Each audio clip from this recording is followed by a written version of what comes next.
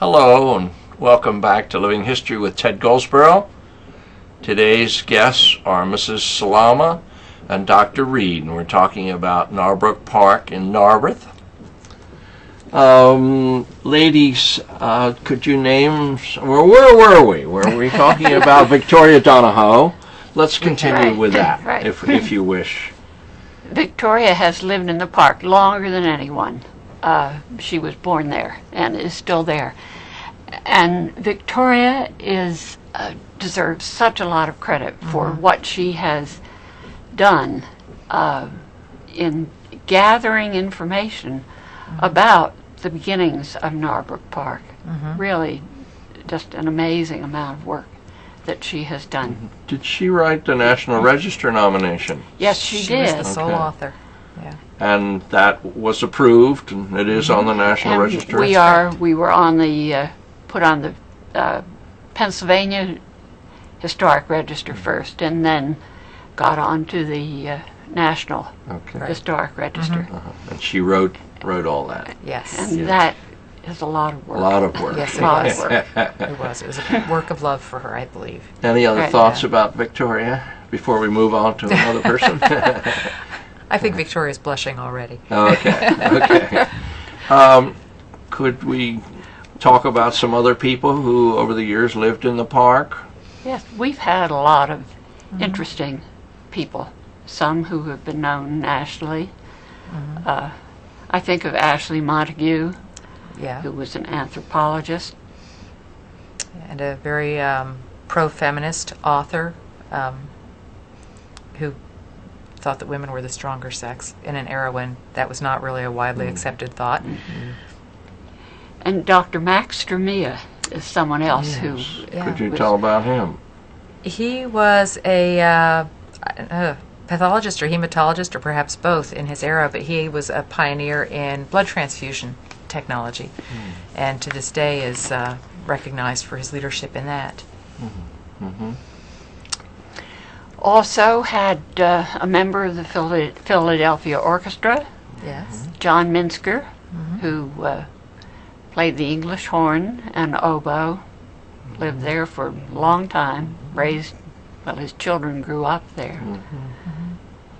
Some of the people who lived in the park were architects. Can you name some of those? Well, Victor Abel, one of the original park members and a member of the civic association that helped to develop the park, was a widely recognized architect. I think Mr. Wilmington was an architect. Yes. Keebler. Mr. Keebler. Victoria's uncle, William Donahoe, was an architect who designed, I believe, the house that she grew up in, as well as at least one other, probably a couple in the park. I live in Ballackinwood, and he was in the firm that designed the 1926 house that I live in Ballackinwood. Really? Interesting. Small world. Now, Governor Earl, a Pennsylvania governor, what was the Earl connection with Narbrook Park? Well, back during the war, Governor Earl's son was in the service, and his wife, for a period of a year or two, I don't think it was terribly long, lived in one of the houses, rented one of the houses in the park. And her husband, young Mr. Earl, came to visit when he was home on leave. Victoria later corresponded with them, and they remembered the time fondly. I think he felt good to know that she was in a good situation. And we've had lots of teachers, college professors, public school teachers. We've had doctors, lawyers. Yeah, one member was on Borough Council. Dr. Smith. In Palmquist, excuse me, I don't know what number that is. In one of the larger homes. 37. 37, okay. And Dr. Smith was, I believe, president of Borough Council or on Borough Council. Right. And I hate to butcher one of Victoria's stories, but when we moved into our house, she told us that in our basement, Mackenzie, who was the original owner of the first house there, had a lithograph that some of the well-known artists of the time came to use because it was such a high-quality lithograph machine. I was friends with the Mackenzie's daughter, Jean Pat. Yes. She was my sister's age. Another, thinking of athletes, we had Local fame, yes. two. Greer Heindel was in this picture number 6, and Greer, and I've verified this, it's hard to believe, but he played on Lower Merion High School state championship teams in 1941, 42, 43. And he was so good that he's the only person in Pennsylvania history who was on 3 state championship teams consecutively. I mean, it's a coincidence, but it is pretty remarkable. Sure. Another family that lived in the park, and they rented, were the Whitings. They had 2 children, and I'm familiar with Dick and Marion, and we have a picture of Marion Whiting with her girls' basketball team. And Yes. it's today, in today's world, it seems so funny that back in 1930 something, 39, I forget when this article was, that a big deal was made out of girls playing with glasses, and these girls had masks on, almost like catcher's masks or something, to protect their eyes from the glasses. And in a phone conversation with Marion Whiting, I guess earlier last spring, she told me that her brother Dick had been approached by the Boston Celtics several different times. Wow. Now he didn't go. Dick chose to go to college rather than to play basketball, but he must have been pretty good. Yes, yes. And I thought it was such a coincidence that at that same time, like 41, 42, 43, you had both Greer Heindel and Dick Whiting, both living in Narbrook Park. Right. And they used to play up at Whiting's house. There was a basketball net up there, and I wondered where they did that. That's where they played. Okay. Who was this Spanish person? There was a time when the Spanish consul to Philadelphia lived in the park. We're not sure of where he lived. It must have been for a fairly short time. But Vicki Donahoe knew the children, played with the children when they were all pretty small. So we know he was in the park, but just aren't sure exactly where. Trying to find that out. Yeah.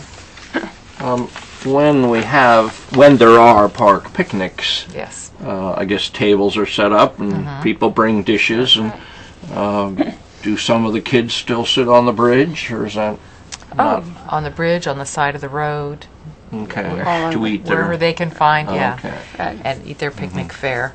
Okay. Some of the men are doing heavy work here. Right. It's an example of maintenance on our own. This is arranged through the inspiration of a few and the carrying out of others, and then the shared grunt work. And I see you have a picture of some of the children working hard. Yes, The kids love Park Picnic Day. They do. They really do. As we did. It was a Right, special right. time. Yeah. And of course, if the kids are working, the adults are sitting on the wall telling Applauding them. stories. Right. Yeah.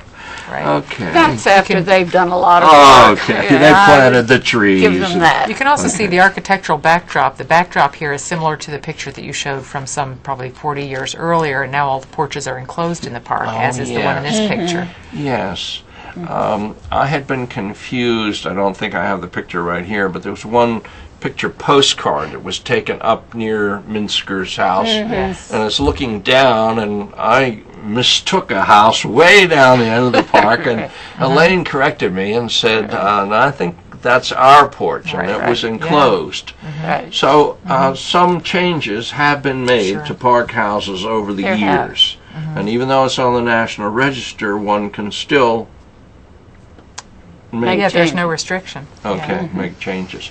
And because you're, I don't know, I guess if the Narberth borough were part of a historic district, would that have an effect on, would you need to get permission from some legislative body to make those changes? I don't think so. You got me on that one. I don't know. In Lower Merion, you do, if Yeah. you're in a historic district. But if Narbrook Park is separate from the borough, you know. Now, I don't know. 2016 or 2015, you have an event coming up. Could you tell us what that is? Well, we'll be 100 years old then as a park, not the ownership, the membership society, but the park itself. And so we're planning a centennial for that. We've been trying to reach out to previous park residents for the past about 5 years and get their stories about their life in the park and their memories of their home, and try to get a sense of what's the same and what's changed, and try to invite them to participate. So we're looking for people who lived in the park. Sure. Right. Yeah. So if you know someone who's Who's lived in the park. lived in the park and hasn't heard from us, have them Yes. get in touch. Yes. Anything else that we want to talk about as we wrap up here? I see we have a couple of minutes left, but we've had talking about the history of Narbrook Park. Anything else? I think it bears saying that the spirit in which the park was born continues to some extent today. It is somewhat hampered by the fact that now it's not exactly the commuter community it once was, and more families have two working heads of household. But the organization still works through a collaborative effort that includes an elected board and membership involvement in decisions, and a value on the shared agreement that we want to live together as a community. Well, thank you very much for joining us today. This is Ted Goldsboro from Living History signing off after talking to Mrs. Slama and Dr. Reed about Narbrook Park in Narberth.